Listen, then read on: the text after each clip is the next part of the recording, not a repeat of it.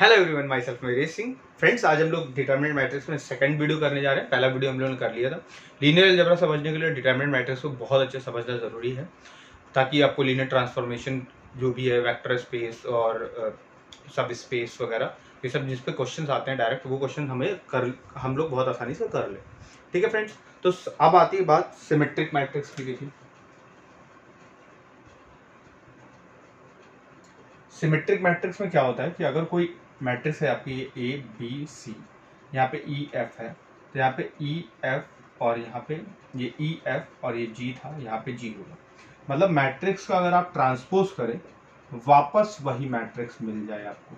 ठीक है, अगर आपने मैट्रिक्स का ट्रांसपोज किया, आपको वही वापस मैट्रिक्स मिल गया। आपने देखिए, ये कॉलम में बदला, ये ई बी जी हो जाए और ये एफ जी सी हो जाए। ठीक, वापस वही मैट्रिक्स मिल जाए, तो ऐसी मैट्रिक्स क्या कहलाती है? सिमेट्रिक मैट्रिक्स कहलाती है। ठीक, अगर कोई मैट्रिक्स हमारी स्क्यू सिमेट्रिक है, क्या है? स्क्यू सिमेट्रिक है, तो उस केस में उसका ट्रांसपोज करने पे माइनस ए मिले, उसका ट्रांसपोज करने पे माइनस ए मिले। और इसकी सबसे इंपॉर्टेंट प्रॉपर्टी क्या होती है? All diagonal element are zero. सारे के सारे डायगोनल एलिमेंट जो होते हैं मैट्रिक्स में, वो सारे के सारे क्या होते हैं? जीरो होते हैं। ये रहे, ठीक, ये minus E minus F minus जी ई एफ जी। ठीक, आप अगर इसका ट्रांसपोज करें, ठीक है, तो आपको मिलेगा zero minus E minus F E zero और माइनस जी और एफ जी जीरो। अब इसमें माइनस साइन से आप मल्टीप्लाई कर दीजिए, माइनस चाहे इधर मल्टीप्लाई करें चाहे इधर। ठीक है, तो आपको वापस से क्या मिलेगा? Zero minus E minus F E zero जी एफ जी जीरो। तो क्या मिल जाएगा आपको? दैट विल बी माइनस का ए ट्रांसपोज इज टू के मिल जाएगा। ठीक, तो ये क्या बन जाएगा? सिमेट्रिक मैट्रिक्स बन जाएगी। और ये इसकी सिमेट्रिक हो गई, ये क्या हो गई? सिमेट्रिक हो गई। अगर कोई भी मैट्रिक्स ए है, उसे पी प्लस क्यू के फॉर्मेट में लिख देते हैं, जो कि पी मैट्रिक्स होती है हाफ ए प्लस ए डैश। ठीक है, जो क्या कहलाती है? Symmetric matrix. और जो क्यू मैट्रिक्स होती है वो हाफ ए माइनस ए डैश लिख देते हैं। इसको क्या बोलते हैं? स्क्यू सिमेट्रिक बोलते हैं। ठीक, इसको क्या बोलते हैं? स्क्यू सिमेट्रिक बोलते हैं। बात क्लियर है फ्रेंड्स? तो यहाँ भी बात समझिएगा, इसको भी हम लोग चेक कर लेते हैं कि ये सिमेट्रिक है कि नहीं, ये स्क्यू सिमेट्रिक है कि नहीं, ये बात ध्यान देते हैं। अब देखिएगा, P क्या लिया था? Half A plus A transpose लिया था हमने, है ना? तो P का ट्रांसपोज करते हैं, तो नंबर पे तो कोई फर्क नहीं, इस पे ट्रांसपोज आ जाएगा हमारा। ठीक, तो हम जानते हैं कि a प्लस बी का अगर हम लोग ट्रांसपोज करते थे तो a transpose plus b transpose लिखते थे। तो ये क्या आ गया? a ट्रांसपोज और a ट्रांसपोज का ट्रांसपोज, डैश लिखे चाहे टी लिखे, बात तो वही होती ना। और किसी चीज का दो बार ट्रांसपोज करते हैं तो वापस वही मैट्रिक्स आ जाती है। और अगर हम लोग यहाँ पे पोजीशन इंटरचेंज कर लें, तो वापस से क्या मिल जाएगा हमको? p मिल जाएगा। ठीक, वापस से क्या मिल जाएगा? p मिल जाएगा। ठीक है, यानी p dash is to p के इक्वल आ गया, तो सिमेट्रिक हो गया।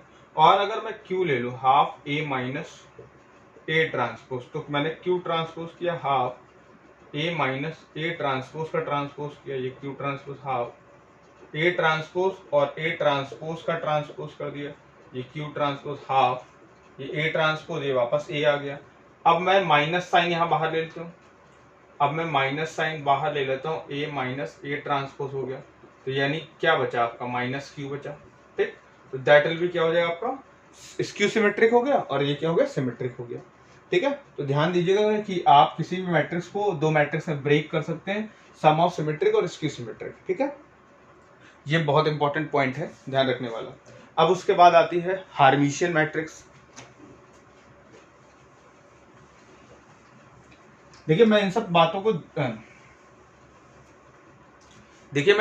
को जल्दी जल्दी बता रहा हूँ, ताकि मैं प्रीवियस ईयर के जब क्वेश्चन बताऊँ ना, सारे चीजें उसमें क्लियर होती चली जाएगा, आपको प्रैक्टिस करने के लिए वहीं पे मिलेगा। अब यहाँ पे ऐसा नहीं कि मैं एक एक क्वेश्चन आपको बैठ कर प्रैक्टिस कराऊँ। देखिए, मुद्दे की बात यह है कि कम दिन में आप वीडियोस देख करके सीखना चाहते हैं, तो आपको थोड़ा बहुत तो आपको खुद से मेहनत करनी पड़ेगी। आपको थोड़ा बहुत यहाँ से दे दिया गया, आप खुद से करिए, बहुत अच्छे सीखेंगे। प्रीवियस ईयर के क्वेश्चन करा दिए जाएंगे आपको, बहुत अच्छे से तैयारी होगी आपकी। ठीक, क्योंकि ये बहुत बड़ा चैप्टर नहीं है, चैप्टर तो बहुत बड़ा है अगर देखा जाए, लेकिन इतना बड़ा नहीं कि इसमें बहुत ज़्यादा टाइम लगा जाए। अगर बैठ के आप 2 दिन में इस चैप्टर को करना चाहें तो बहुत अच्छे से 2 दिन में इसको कर सकते हैं। ठीक, फिर हम लोगों ने एक चीज़ और छोड़ी थी, हाँ, हर्मिशियन मैट्रिक्स।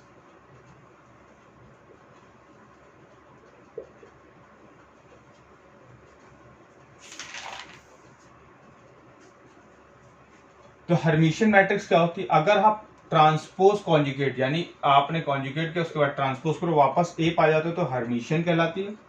और क्या होती है? Skew Hermitian. Skew hermitian matrix क्या कहती है कि अगर आपने किसी का ट्रांसपोज किया और माइनस ए आपने पाया तो क्या कहलाती है? स्क्यू हर्मिशियन कहलाती है। और ध्यान रखिएगा, all diagonal entry of skew hermitian matrix are real, या तो रियल होंगी, ठीक, आर जीरो और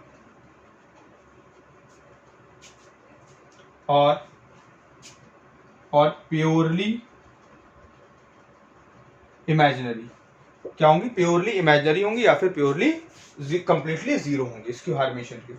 और हम लोग किसी भी मैट्रिक्स को, जो मैट्रिक्स ए थी उसको पी प्लस क्यू फॉर्मेट में ब्रेक कर सकते हैं। जो पी होगा वो ए प्लस ए थीटा हाफ होगा, ये फिर हर्मिशियन आ जाएगा, और ये ए माइनस ए थीटा हाफ होगा। ये क्या हो जाएगा? हर्मिशियन मैट्रिक्स हो जाएगा, ठीक। और ये क्या हो जाएगा?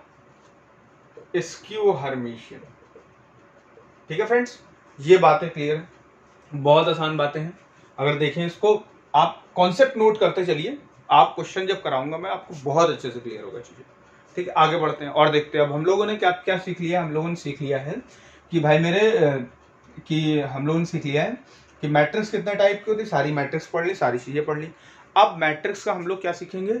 डिटर्मिनेंट निकालना सीखते हैं। जितने टाइप की मैट्रिक्स सीख ली ना, अब उनका डिटर्मिनेंट निकालना सीखेंगे हम लोग। एक मैट्रिक्स और छूट गया, यूनिटरी मैट्रिक्स। यूनिटरी मैट्रिक्स क्या होता है कि अगर ए थीटा आपने किया वापस आपको आई मिल जाए तो ऐसा मैट्रिक्स क्या होता है? Unitary matrix. यानी ए का मल्टीप्लिकेशन कॉन्जुगेट ट्रांसपोज से आपने किया, आपको आइडेंटिटी मैट्रिक्स मिल गई, तो ऐसी मैट्रिक्स क्या कहलाती है? यूनिटरी मैट्रिक्स कहलाती है। ठीक है फ्रेंड्स, अब हम लोगों ने क्या बात करी कि डिटर्मिनेंट की बात करनी है, तो डिटर्मिनेंट और इनवर्स की बातें एक साथ करते चलते हैं। ठीक है, देखते हैं क्या बातें सीखने को मिलती है हम लोगों को यहाँ पे।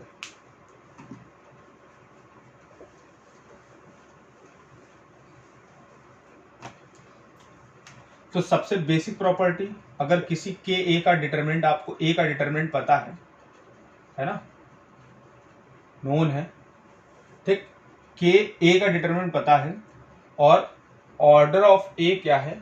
वो एन है। पहली बार डिटरमिनेंट ऑलवेज स्क्वायर मैट्रिक्स का निकाला जाता है, ऑर्डर ऑफ ए क्या है? एन है। तो यहाँ पे बाहर कैसा आ जाएगा? ये एन ए आ जाएगा। बात क्लियर है? दूसरी बात, आप अगर एडजॉइंट ऑफ ए निकालने जा रहे हैं, एडजॉइंट ऑफ ए का डिटरमिनेंट निकालने जा रहे हैं, तो डिटरमिनेंट ऑफ ए की पावर क्या हो जाता है? N minus one. Determinant of A की पावर क्या हो जाता है? एन माइनस वन हो जाता है फ्रेंड। ठीक है, अब एक बात और बहुत अच्छे से ध्यान दें यहाँ पे कि ये तो एन माइनस वन हो गया, और बात है एडजॉइंट ऑफ ए क्या होता था? को फैक्टर्स होते थे, C11, C12, C13, C11, C22, C23, C31, C32, C33 का ट्रांसपोज होता था। और जो Cij होता है ना, यानी को फैक्टर, इसको क्या बोलते थे? को फैक्टर बोलते थे। ये -1 की power i plus J Mij होता है, यानी ये क्या है? माइनर है। ये क्या है? माइनर है।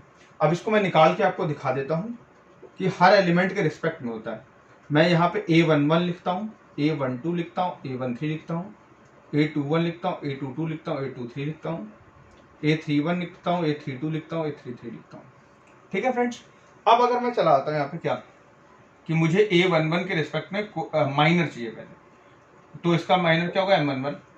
A11 का मतलब क्या कह रहा है? पहली रो पहला कॉलम छुपा लो, छुपा लिया, बचा कितना? A22, A23, A32, A33।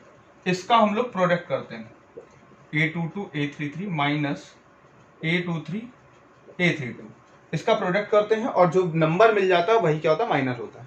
ये बहुत ही बेसिक बात है। और अब ध्यान दीजिएगा, Cij अगर मैं लिखूं सी आई जे का अगर ये प्लस माइनस कैसे लिखने हैं, plus minus plus minus plus minus plus minus plus, ये लिखने हैं, ठीक है।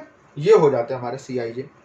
अब ध्यान दीजिएगा एक और बात, ये तो बात क्लियर है कि अगर आपको लिखना होगा तो प्लस का M11 और फिर माइनस का M12, प्लस का M13, माइनस का M21, प्लस का M22, माइनस का M23, ठीक है।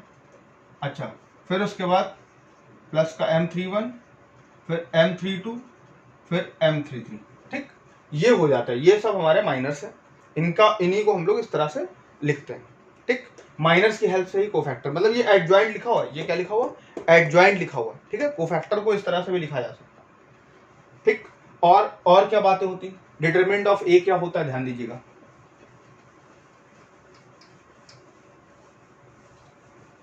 अगर हमें रो 1 के अलोंग डिटरमिनेंट लिखना है तो हम लोग रो 1 के एलिमेंट और उसी के रिस्पेक्ट में कोफैक्टर लिख लेते हैं, और A13 C13 जो एक्सपैंड करते हैं ना हम लोग, वो यही एक्सपैंड कर रहे होते हैं हम लोग, लिख रहे होते हैं।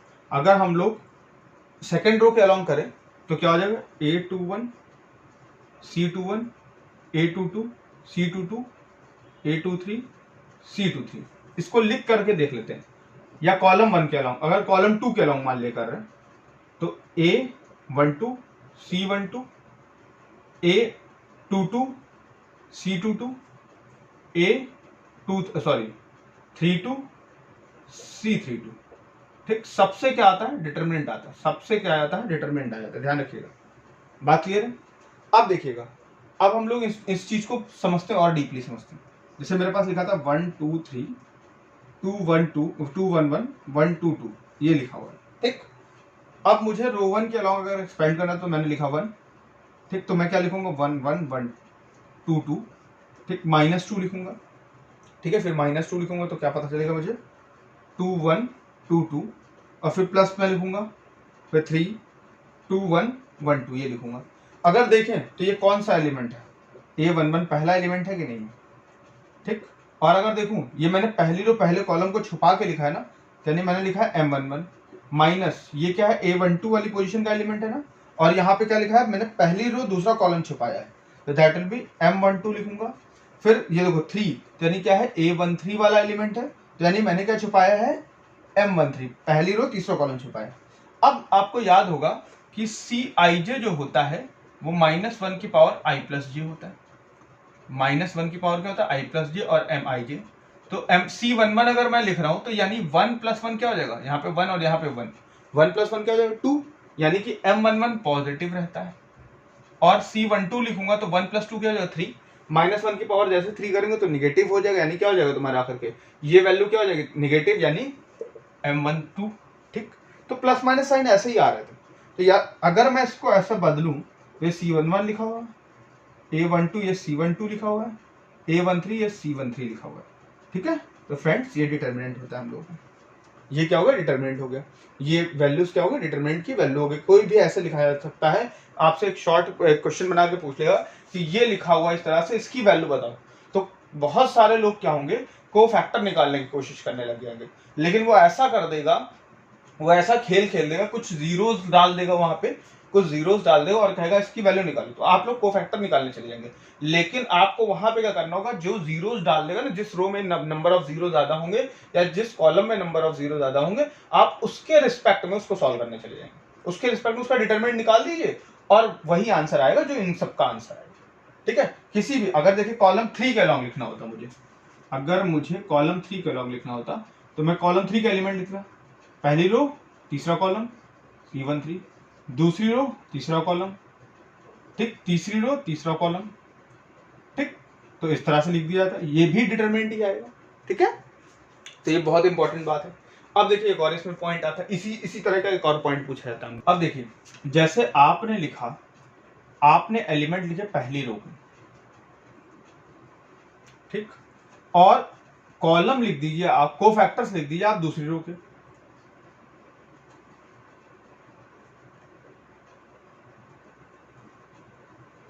ठीक। या फिर आप ऐसे लिख दीजिए, तीसरी रो के कोफैक्टर लिख दीजिए,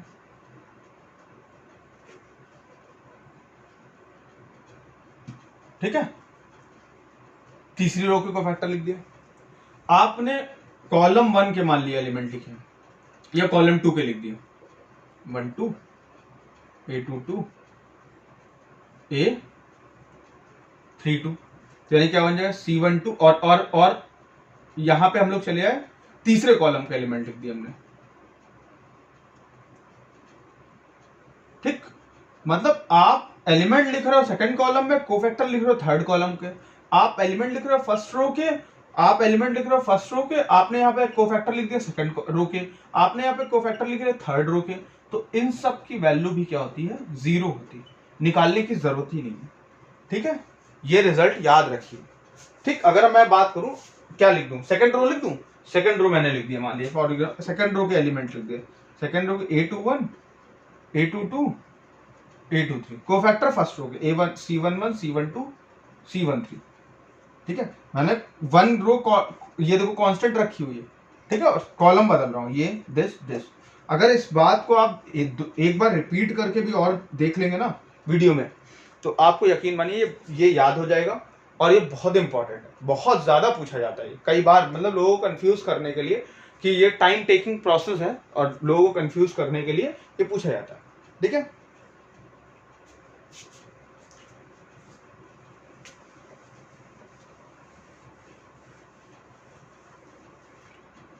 एक बात और कि अब यहाँ पे एक और एडजॉइंट मैंने बढ़ा दी। ठीक, एक और एडजॉइंट बढ़ा दिया तो कोई फर्क नहीं पड़ता, यहाँ n-1 का स्क्वायर हो जाएगा। एक और मैं एडजॉइंट बढ़ा दूंगा तो कोई फर्क नहीं पड़ेगा, यहाँ पे क्यूब हो जाएगा। एक और एडजॉइंट बढ़ा दूंगा तो वहां पे क्या हो जाएगा, 4 पावर हो जाएगी। मतलब जितने आप यहाँ पे एडजॉइंट लगाते जाएंगे उतने यहाँ पे स्क्वायर क्यूब बढ़ते आपके चले जाएंगे। ठीक है, अब एक बात और ध्यान रखिए, एडजॉइंट ऑफ ए, ये ए के बराबर होता है, ए मैट्रिक्स के बराबर है, यानी एडजॉइंट का फिर से एडजॉइंट निकाल लोगे तो आपको क्या मिल जाएगी, वापस मैट्रिक्स ए मिल जाती है। ठीक है फ्रेंड्स, ये बात ध्यान रखिएगा बहुत अच्छे से। और क्या बातें आती हैं हम लोगों के, और क्या बातें आती है, डिटरमिनेंट की एक प्रॉपर्टी होती है, क्या, determinant of A into B क्या होता है, determinant of A into determinant of B लिखा जा सकता है, ध्यान रखिएगा। ठीक, determinant of A into B, determinant of A और डिटरमिनेंट ऑफ बी लिखा जा सकता है। और क्या प्रॉपर्टीज होती हैं डिटरमिनेंट की, बेसिक प्रॉपर्टीज हैं कि अगर कोई भी रो पूरी तरह से 0 है, एनी रो कंप्लीटली 0 है, कोई भी डिटरमिनेंट का कोई भी कंप्लीटली 0 है तो डिटरमिनेंट क्या आएगा, 0 आएगा। ये पहली प्रॉपर्टी हो गई। दूसरी प्रॉपर्टी क्या कहता है डिटरमिनेंट का, कि अगर, ध्यान दीजिएगा, कि अगर कोई भी 2 रो इक्वल है ना, या 2 कॉलम इक्वल है तो भी डिटरमिनेंट 0 आता है। तीसरी प्रॉपर्टी क्या कहती है, अगर कोई भी लोअर ट्रायंगल मैट्रिक्स है, ये EFG, या फिर कोई भी अपर ट्रायंगल मैट्रिक्स है ABC EFG, मैंने ऐसा बनाया है कि यहाँ पे वही फॉर्मेशन बने। ठीक, तो इसका जो डिटरमिनेंट आता है, इसका भी प्रोडक्ट ऑफ डायगोनल एलिमेंट आएगा दिस, और इसका भी प्रोडक्ट ऑफ डायगोनल एलिमेंट आएगा ABC। ठीक है, दोनों का जो डिटरमिनेंट आता है प्रोडक्ट ऑफ डायगोनल एलिमेंट हो जाता है। और क्या बातें हैं, और क्या होता है कि अगर आपके पास कोई डिटरमिनेंट लिखा है A plus B C plus D E plus F ABC या EFG ऐसे करके लिख दिया, इसे PQR कर लेते हैं, PQR, यानी कि आप इसको अगर ब्रेक करना चाहते हो तो आप ब्रेक कर सकते हो।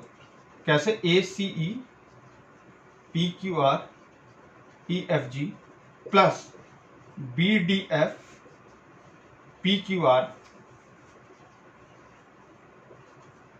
EFG, ऐसे ब्रेक कर सकते हो इसको। ठीक है, अगर एक और यहाँ पे कॉलम अगर तीनों आपस में ऐड लिखे हो तो आप ऐसे अलग अलग नहीं कर सकते उनको, लेकिन सिर्फ एक कॉलम को या एक रो को ऐसे अलग कर सकते। ठीक है, तो ये बातें हो गई।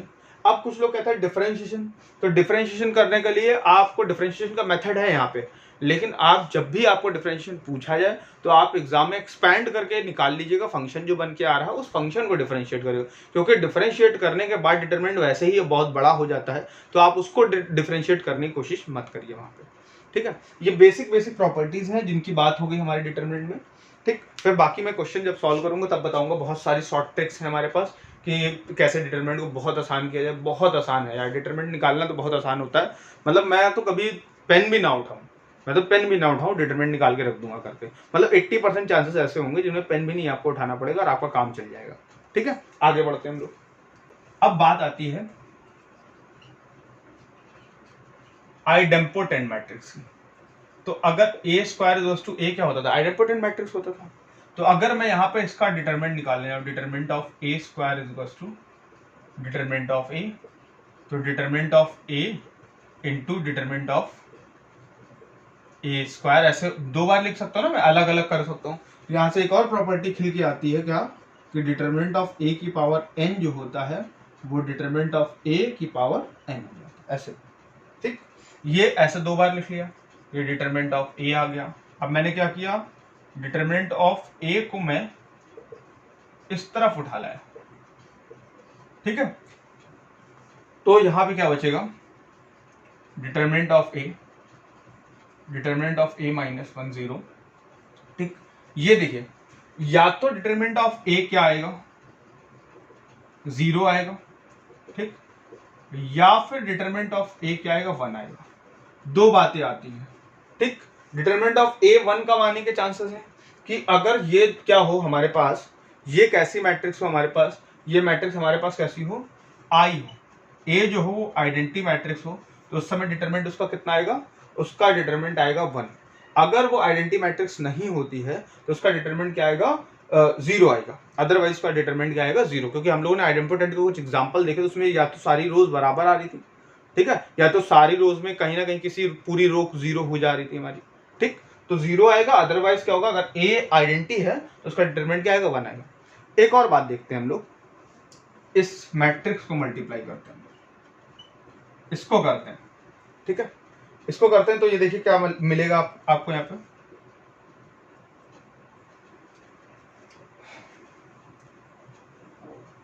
चलिए, तो इसका मतलब क्या हुआ कि आइडेम्पोटेंट मैट्रिक्स का इनवर्स जो होगा, अब ध्यान दीजिएगा, एक मैट्रिक्स होती है क्या,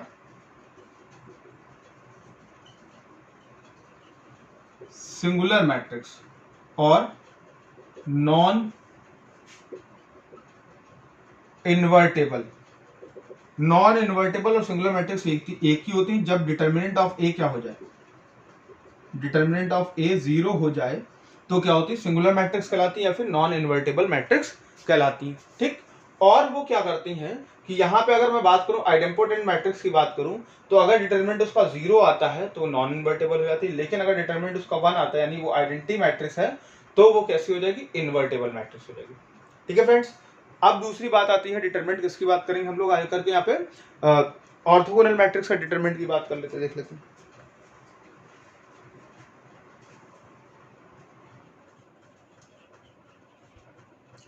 ऑर्थोगोनल में क्या होता है, ए ट्रांसपोज टू आई हो रहा होता है। तो अगर मैं डिटरमिनेंट ऑफ ए निकालूं, अब यहाँ पे देखिए एक और प्रॉपर्टी खुल के चली आई कि भैया ऐसा है कि डिटरमिनेंट ऑफ ए जो होता है और डिटरमिनेंट ऑफ ए ट्रांसपोज दोनों के दोनों क्या होते हैं, बराबर होते हैं। तो यानी इसको मैं लिख सकता हूँ डिटरमिनेंट ऑफ ए ट्रांसपोज ऐसे लिख सकता हूँ, या फिर इसको यहाँ पे ऐसे डिटरमिनेंट लगाता है ऐसे, एक सेकंड, ये determinant of A into A transpose is equal to determinant of I, identity का डिटरमिनेंट तो 1 होता है।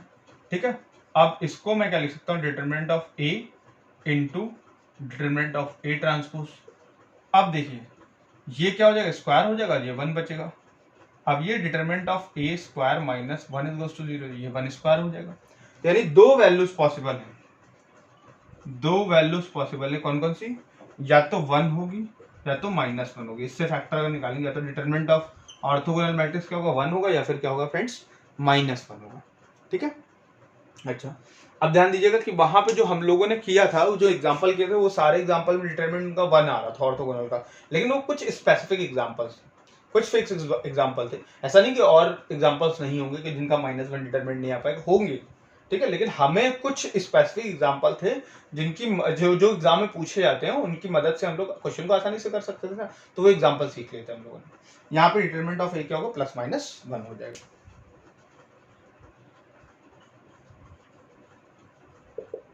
इनवोल्यूटरी की बात करते हैं। इनवोल्यूटरी क्या था कि आपका A square is to I आ जा रहा था, अब determinant of A square is to determinant of I apply कर दिया, तो ये क्या बचेगा, डिटरमिनेंट ऑफ ए का स्क्वायर बचेगा और ये डिटरमिनेंट ऑफ आई बचेगा। ठीक, अब यहाँ पे क्या बचेगा, डिटरमिनेंट ऑफ ए का स्क्वायर माइनस डिटरमिनेंट ऑफ आई, तो 1 हो जाता है यार। इससे निकालें तो डिटरमिनेंट ऑफ ए क्या आएगा, या तो +-1, दो में से एक आएगा, और कुछ पॉसिबल नहीं है। ठीक, आगे बढ़ के और क्या हो सकता था,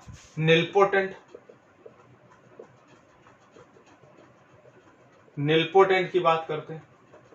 ठीक, तो निलपोटेंट में अगर हम बात करें यहाँ पे आकर के कि निलपोटेंट में क्या होता था, a की पावर n = 0 होता था, तो यानी डिटरमिनेंट ऑफ a क्या हो जाएगा, 0 हो जाएगा। निलपोटेंट का डिटरमिनेंट क्या हो जाएगा, 0 हो जाएगा।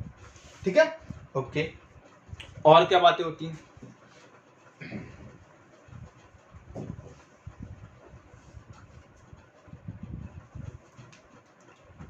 और बातें आती हैं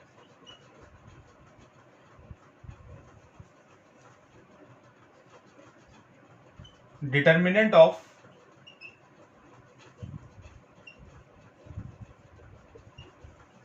skew symmetric odd order matrix is 0। Odd order की कोई स्क्यू सिमेट्रिक मैट्रिक्स होगी तो उसका डिटरमिनेंट क्या होगा, 0 होगा। Determinant of skew symmetric matrix of even order is क्या होगा, परफेक्ट स्क्वायर हो जाएगा। क्या हो जाएगा, परफेक्ट स्क्वायर होगा, किसी नंबर का परफेक्ट स्क्वायर होगा। ठीक है, determinant of odd order even order skew symmetric का, और ऑड ऑर्डर में ऑलवेज डिटरमिनेंट क्या होगा, उसका 0 होगा। और क्या बातें होती है डिटरमिनेंट के रिस्पेक्ट में, और क्या बातें होती है कि अगर मैं स्क्यू हर्मिशियन की बात करूं, ठीक, तो इवन ऑर्डर में क्या होगा, रियल नंबर होगा। क्या होगा, रियल नंबर होगा। और ऑड ऑर्डर में आइदर 0 और प्योरली इमेजिनरी आएगा। ठीक है, आइदर 0 या फिर प्योरली इमेजिनरी आएगा। ये बातें हो गई। और एक और बात उठ के आती है कि ये देखिए इन्वोल्यूटरी से एक बात उठ के चली आई कि ए जो है वो ए इनवर्स रहेगा। ए जो है वो क्या हो जाएगा, ए इनवर्स हो जाएगा। ठीक, और क्या जैसे ए इनवर्स के इक्वल रहेगा किसमें, इन्वोल्यूटरी में। और ऑर्थोगोनल में क्या होता था कि ए जो है, ए ट्रांसपोज जो है वो ए इनवर्स के बराबर हो जाएगा। दो बातें ध्यान रखिए अपने दिमाग में। और क्या पढ़ा था, आइडेम्पोटेंट में हमने क्या पढ़ा था कि भैया इनवर्स सिर्फ उस आइडेंटिटी मैट्रिक्स का पॉसिबल होगा, आइडेम्पोटेंट आइडेंटिटी मैट्रिक्स का ही आइडेम्पोटेंट आइडेंटिटी मैट्रिक्स का ही इनवर्स पॉसिबल होगा। और कोई आइडेंटिटी मैट्रिक्स है तो उसका और कोई आइडेम्पोटेंट मैट्रिक्स है तो उसका इनवर्स पॉसिबल नहीं होगा। ठीक है, तो ये हम लोगों ने क्या कर दिया, डिटरमिनेंट की बात कर ली, इनवर्स कब एग्जिस्ट करता है वो बातें देख ली। इनवर्स निकालना तो बहुत चूरन सी बात है, वो तो बचपन से पढ़ते चले आ रहे हैं, जब जरूरत होगी तब निकाल लेंगे उसको। ठीक, आगे बढ़ते हैं और क्या बातें सीखते हैं हम लोग। अब आती है रैंक ऑफ द मैट्रिक्स की बात, बहुत इंपॉर्टेंट है फ्रेंड्स। अब देखिए rank of the matrix,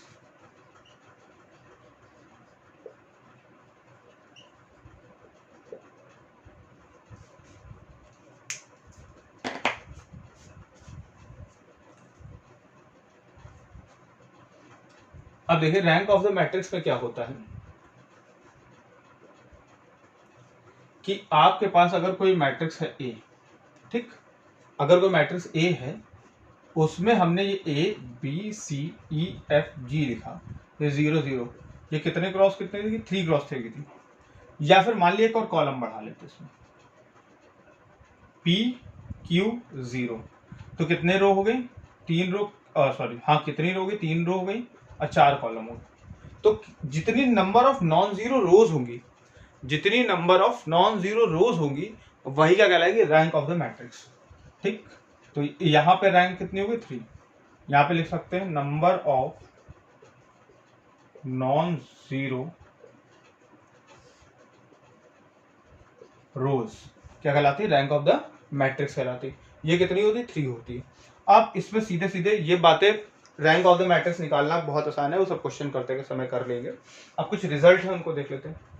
rank of ए, इसको लिखने का तरीका ऐसे है, रो लिख देते हैं। Rank of A plus B क्या होता है? ये ऑलवेज छोटा रहता है rank of A plus rank of B से। दूसरा rank of A into B क्या होता है? ठीक, ये ऑलवेज छोटा होता है मिनिमम ऑफ, क्या होता है? Minimum of rank of A comma rank of B से। ठीक, और रैंक ऑफ ए बी जो है वो बड़ा होता है, क्या? Rank of A plus rank of B minus n. Rank of A plus rank of B minus n से बड़ा होता है। ठीक है, ध्यान दीजिएगा, आपको ये मिनिमम होता है, ये भी ऐसे लेस रहता है ए प्लस बी, और ये इससे बड़ा होता है। यानी एक साथ अगर मैं इसको लिखूं, क्या लिखूं? Rank of A into B, ये छोटा रहेगा किससे? Minimum of rank of A comma rank of B से। दूसरी बात, ये बड़ा रहेगा ऑलवेज किससे? Rank of A plus rank of B minus n से। इस वैल्यू से ये ऑलवेज बड़ा रहेगा, इस वैल्यू से ऑलवेज छोटा रहेगा। अब बात आती है बहुत ज्यादा जिन पे क्वेश्चन नए चीजें बन के चले आती हैं कि रैंक ऑफ एडजॉइंट ऑफ ए क्या खेलेंगे हम लोग। तो इसके लिए 3 पॉइंट खेलते हैं। पहला पॉइंट, रैंक ऑफ ए अगर n है, यानी n ऑर्डर है तो उतनी ही रैंक है, तो रैंक ऑफ एडजॉइंट ऑफ ए भी n होता है। n क्या है? Small n is order of matrix. और ये बात आप जानते हैं कि यहाँ पे हम लोग ऑर्डर ऑफ मैट्रिक्स जो निकालते हैं हम लोग आकर के, वो किसके रिस्पेक्ट में निकालते हैं? ऑब्वियस सी बात है, स्क्वायर मैट्रिक्स की बात। और यहाँ पे भी जो n है ना, ये स्क्वायर मैट्रिक्स के लिए है। ये भी क्या है? a comma B are square matrix. ठीक है फ्रेंड्स, अब दूसरी बात आती है कि रैंक ऑफ ए अगर n से छोटा हो, ठीक, n से छोटा हो, या फिर n माइनस 1 हो, तो रैंक ऑफ एडजॉइंट ऑफ ए 1 आ जाता है। और फिर रैंक ऑफ ए जो हो वो n माइनस 1 से छोटा हो जाए तो रैंक ऑफ एडजॉइंट ऑफ ए क्या आ जाता है? 0 आ जाता है। ठीक है, यानी उसमें कोई भी एलिमेंट नहीं बचते। और दूसरी बात, किसी स्क्वायर मैट्रिक्स का अगर रैंक, किसी स्क्वायर मैट्रिक्स का रैंक उसके ऑर्डर से अगर कम आ गया तो मैट्रिक्स पहली बात सीधे सीधे क्या हो जाएगी? नॉन इन्वर्टेबल मैट्रिक्स हो जाएगी। पहली बात सीधे सीधे क्या हो जाएगी? नॉन इन्वर्टेबल मैट्रिक्स हो जाएगी। तो फ्रेंड्स, आज की वीडियो में हम लोगों ने इतना कर लेते हैं हम लोग। ठीक है, नेक्स्ट वीडियो में सिर्फ 2 बातें बचेंगी, सिस्टम ऑफ इक्वेशन बचेगा और आइगन वैल्यू आइगन वेक्टर बचेगा। उसको करने के बाद हम लोग प्रीवियस ईयर के क्वेश्चन कर लेंगे। ठीक है, तो 2 दिन लगेंगे और वीडियोस, ये मैट्रिसेस खत्म हो जाएगा, मैट्रिसेस डिटरमिनेंट। फिर उसके बाद हम लोग vector space, linear transformation, vector space, सब स्पेस एक वीडियो में कर लेंगे। लीनियर ट्रांसफॉर्मेशन के लिए मैं एक ही वीडियो बनाऊंगा, एक ही वीडियो में आपको पूरा समझ में आ जाएगा। प्रीवियस ईयर के क्वेश्चन करेंगे, सब कुछ क्लियर हो जाएगा। तो फ्रेंड्स, अगर आपको मेरा वीडियो अच्छा लगा तो अपने फ्रेंड्स उसको जरूर शेयर करें, मेरे चैनल को सब्सक्राइब करें, मेरे चैनल को लोगों से शेयर करें, है ना। तो और आपके कमेंट मिल रहे हैं मुझे, बहुत अच्छा लग रहा है मुझे। Thank you friends, thank you very much.